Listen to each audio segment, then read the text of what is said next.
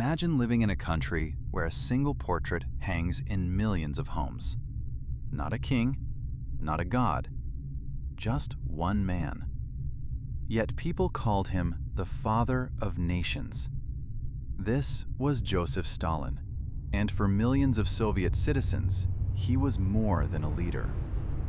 In a country where newspapers claim your leader is the greatest scientist, the greatest military strategist, the greatest philosopher, and possibly the greatest human being who has ever lived.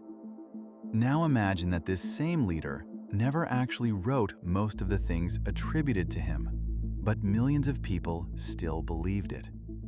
Welcome to the Soviet Union under Joseph Stalin. At the height of his power, Stalin's portrait hung everywhere: schools, factories, train stations, hospitals, even inside private homes. Children learned poems about him in kindergarten. Entire cities were renamed after him. And Soviet newspapers described him with titles that sounded less like politics and more like religion. The father of nations, the great architect of communism, the son of humanity. But here's the strange part. Joseph Stalin himself was not a particularly charismatic speaker. He was short, quiet, and deeply paranoid. In fact, many people who met him described him as awkward and cold. Yet somehow, this man became one of the most glorified leaders in human history. So how did that happen? And more importantly, was the cult of Stalin created by the people, or was it carefully engineered by the state? The answer is far darker than most people realize. Because Stalin didn't just build a government, he built a myth. And that myth controlled an entire empire. To understand how this happened, we need to go back to the 1920s. When Vladimir Lenin died in 1924, the Soviet Union faced a massive power struggle. Several powerful figures wanted to lead the Communist Party. Leon Trotsky was brilliant and popular among revolutionaries. Nikolai Bukharin was respected as an intellectual. Others controlled large parts of the party machinery. But Stalin had something none of them fully understood: control over the system.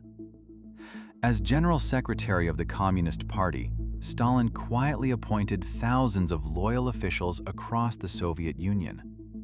On paper, it looked like a boring bureaucratic job.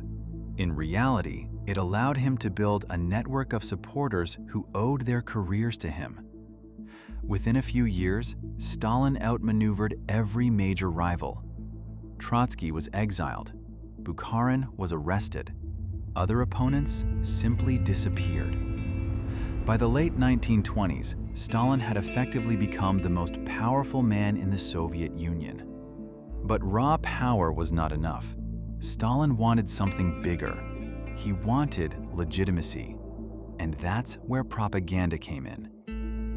The Soviet propaganda machine began transforming Stalin into a heroic figure almost overnight.